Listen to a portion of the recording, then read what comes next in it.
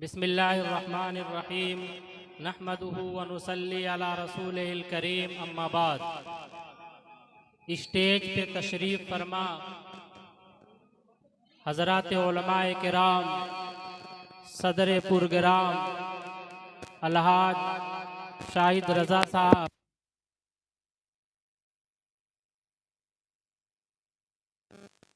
फारूक दिलकश साहब और मेरे अजीज दोस्तों और भाइयों, आज यौमे आज़ादी है, यानी आज़ादी का दिन है। ये आज़ादी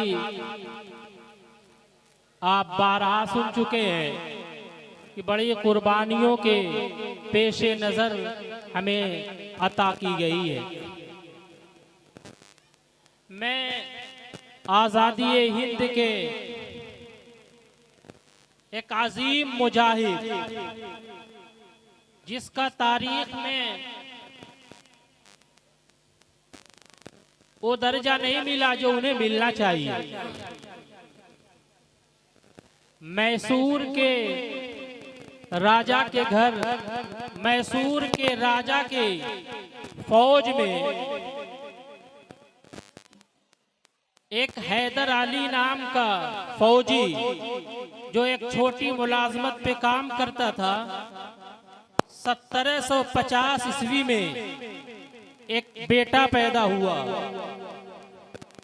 जिसका नाम दिल खैराबादी के अशार में यूं है कि वलियों जैसी थी जिसकी हर एक गुफ्तगू, दूध माने पिलाया जिसे बावजू, क्या कहना, जिसके आगे भी अंग्रेज थर्रा गए, नाम उस शेर का टीपू सुल्तान है। ये हकीकत है कि इस मुल्क की कुर्बानियों में सबसे अजीम कुर्बानी टीपू सुल्तान शहीद रहमतुल्लाह अलैह ने दी है। बेशक, इसलिए कि अंग्रेज जब हिंदुस्तान में आए और उनके नापाक अज़ाइम की वजह से और उनकी फितरी लालची होने की वजह से वो हमारे इस सोने की चिड़िया कहे जाने वाले मुल्क को जब हड़पने की उन्होंने साजिश रची, तो सबसे पहले जिसने इस बात को महसूस किया है वो मैसूर के सुल्तान, दुर्वेश सिफत सुल्तान फतेह अली टीपू सुल्तान शहीद रहमतुल्लाह अलैह। बेशक सदाकत है, क्या तारीख पे रोशनी है। वाह वाह। इनकी उम्र सिर्फ 17 साल की थी और इनके वालिद हैदर अली मैसूर के बादशाह और हाकिम थे। अंग्रेजों से सबसे पहली जंग जो हुई है, 17 साल की उम्र में 7000 सिपाहियों के अमीर बनकर और कमांडर बनकर 17 साल की उम्र में टीपू सुल्तान शहीद रहमतुल्लाह अलैह ने ऐसी फौज के सामने, जिसमें अंग्रेज भी शामिल थे, नवाब फतेह अली भी था, मरहटे भी थे, निजाम हैदराबाद, एक तरफ ये 4 किस्म की फौजें थी, दूसरी तरफ हैदर अली की फौज थी और उसकी एक कमांड उसने अपने बेटे, जिसकी उम्र सिर्फ 17 साल थी, जंग की। और टीपू सुल्तान और दीगर कमांडरों की मेहनत रंग लाई और अंग्रेजी फौज के दांत खट्टे कर दिए। अल्लाह अकबर, क्या तारीख के हवाले इनके से वालिद हैदर अली ने बचपन से इनकी ऐसी नशोनुमा की थी, ऐसी तरबियत की थी कि जहां एक तरफ ये उलूमे दीनिया के माहिर थे, तो दूसरी तरफ उलूमे दुनियावी के भी हामिल थे। इनके फौजी महारत के लिए इनके वालिद ने, आपने नाम सुना होगा, गाजी खान, जो उनका एक फौजी कमांडर था, उसकी तरबियत में रह के इन्होंने फौजी ट्रेनिंग हासिल की। घोड़सवारी इनको सबसे ज्यादा अजीज थी, इतना माहिर घोड़सवार मैसूर में उस वक्त कोई दूसरा मौजूद नहीं था। फन्ने सिपाहगरी भी हासिल की, बंदूक चलाना भी सीखा, तलवार चलाना भी सीखा। इन तमाम फनूने हर्ब से मुसल्लह होके जब 17 साल की उम्र में मैदान कारजार में दाखिल हुए तो ऐसी जंग लड़ी कि मुखालिफ फौज के दांत खट्टे कर दिए।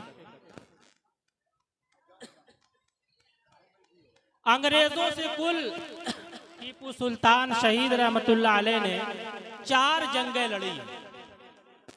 उन 4 में से 2 में तो ऐसी नुमायां खिदमात अंजाम दी है कि तारीख के सफ़हात भी उनकी तारीफ के लिए बेबस और मजबूर नजर आते।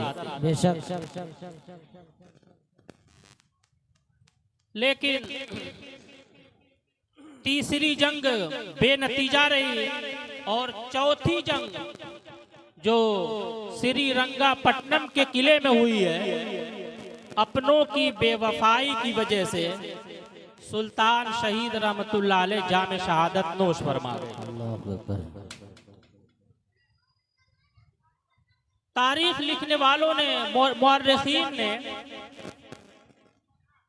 इस नाकामी की कई वजहें बयान की।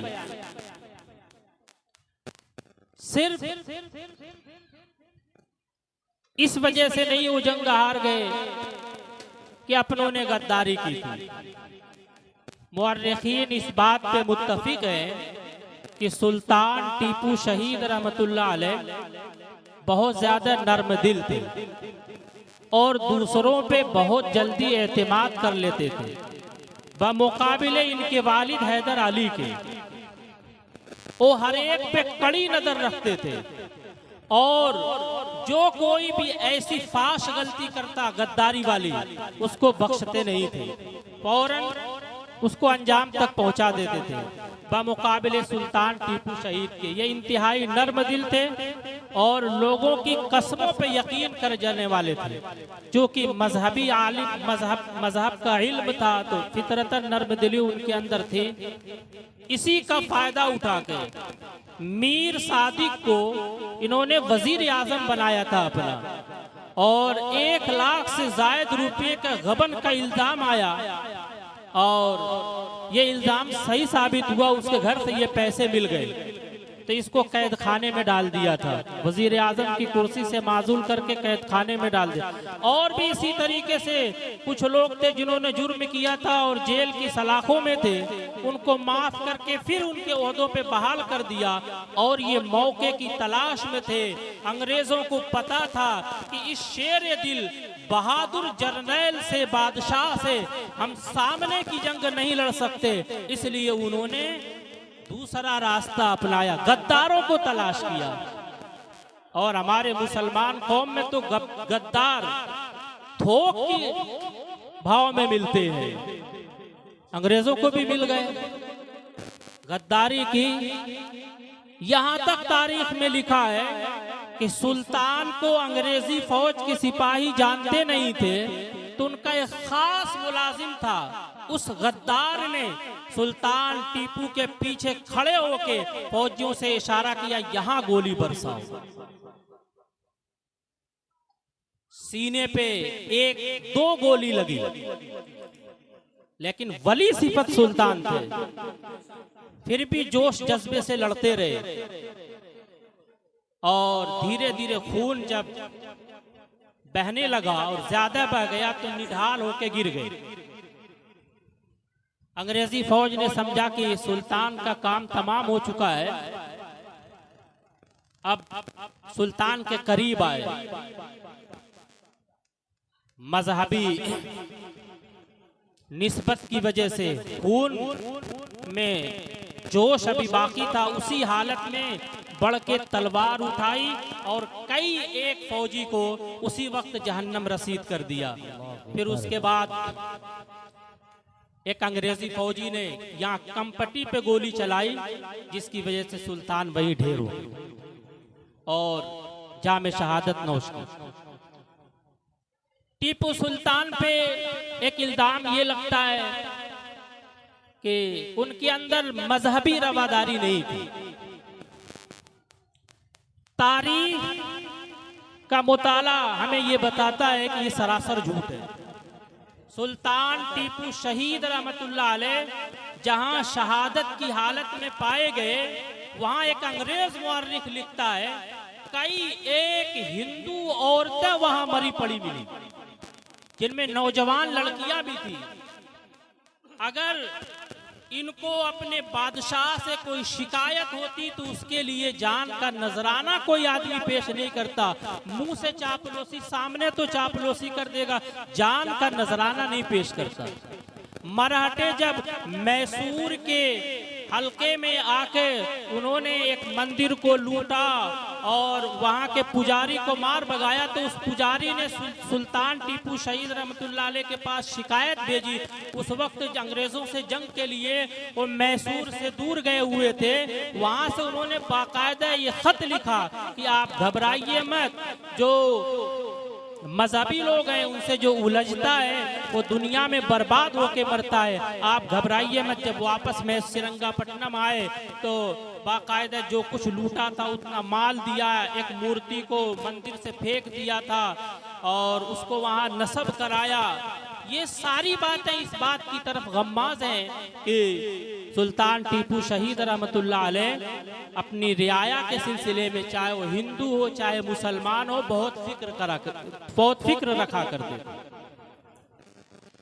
इसी तरीके से सुल्तान टीपू शहीद रहमतुल्लाह अलैह के बारे में तारीख में ये लिखा है कि मिसाइल के मूजिद और इजाद करने वाले सुल्तान टीपू शहीद रहमतुल्लाह अलैह।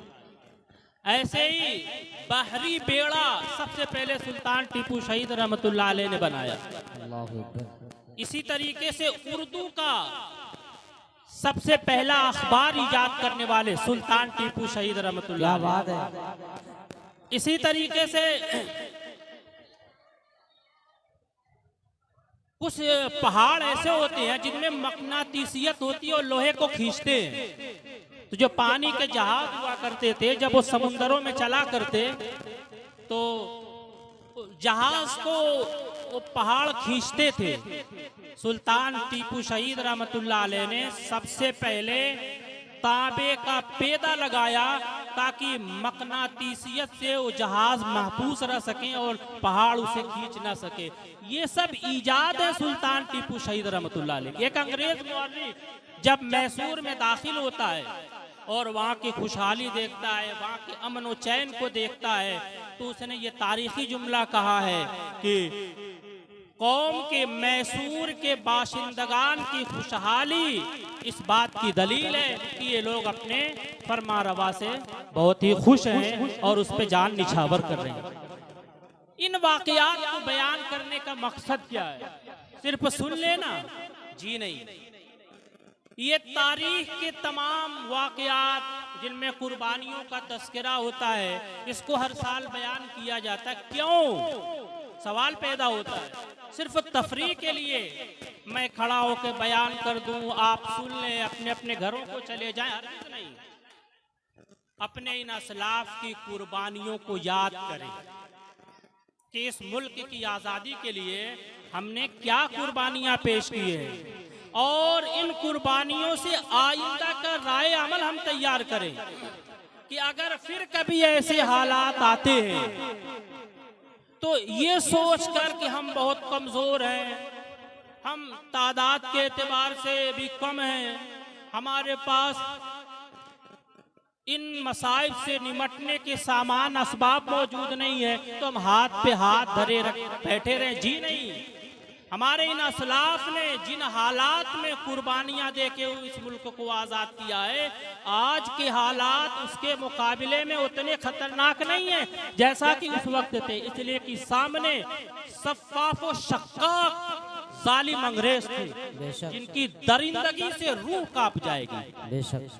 आज के ये हमारे हुक्मरान जो मुसलमानों पे जुल्म करते हैं, ये उनके सामने कुछ भी नहीं है। तो हम में भी वो हौसला और जज्बा होना चाहिए कि मुल्क के लिए, दीन के लिए अगर कुर्बानी देने का वक्त आया तो हम उन्हीं असलाफ की अखलाद हैं, हम उससे पीछे नहीं हटेंगे। इन्हीं पत्थरों पे चल के अगर आ सको तो आओ, मेरे घर के सामने कोई साहिबा नहीं है। वाखिर दावाना अल्हम्दुलिल्लाह।